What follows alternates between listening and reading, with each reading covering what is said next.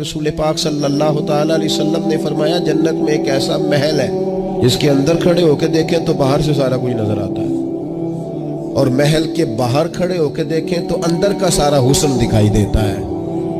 تو حضور توجہ دلاتے تھے تو صحابہ میں شوق پیدا ہوتا تھا، یا رسول اللہ کس کو ملے گا؟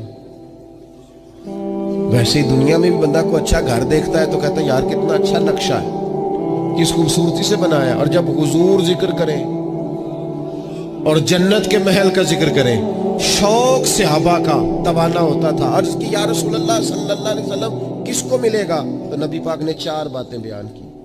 فرمایا ایک وہ بندہ جو اچھی بات کرے، وقولوا للناس حسنا، لوگوں سے اچھی بات کہے، وہ ہمیشہ معاشرے میں بری خبریں ہی دینے کا عادی نہ ہو، لوگوں کی عیب جوئی ہی اس کا مزاج نہ ہو، اچھی بات کرے۔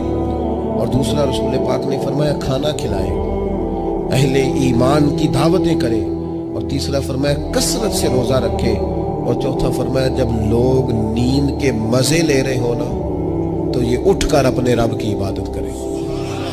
ساون کی کالی راتوں میں جب بوندا باندی ہوتی ہے، وہ راتوں کو اٹھ اٹھ روتے ہیں جب خلقت ساری سوتی ہے۔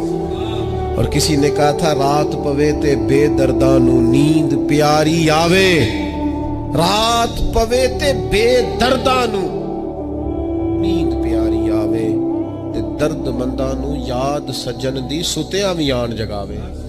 فرمایا جب لوگ خواب خرگوش میں ہوں، نیند کے مزے لے رہے ہوں، تو رب کے بندے اٹھ کے اپنے رب کو یاد کرتے۔ والذین یبیتون لربہم سجدا وقیاما، یہ 4 چیزیں جن لوگوں میں پائی جائیں حضور فرماتے ہیں انہیں وہ عالی شان محل ملے گا جس کی تعریفیں گویا خود رسول کریم نے بیان فرمائی۔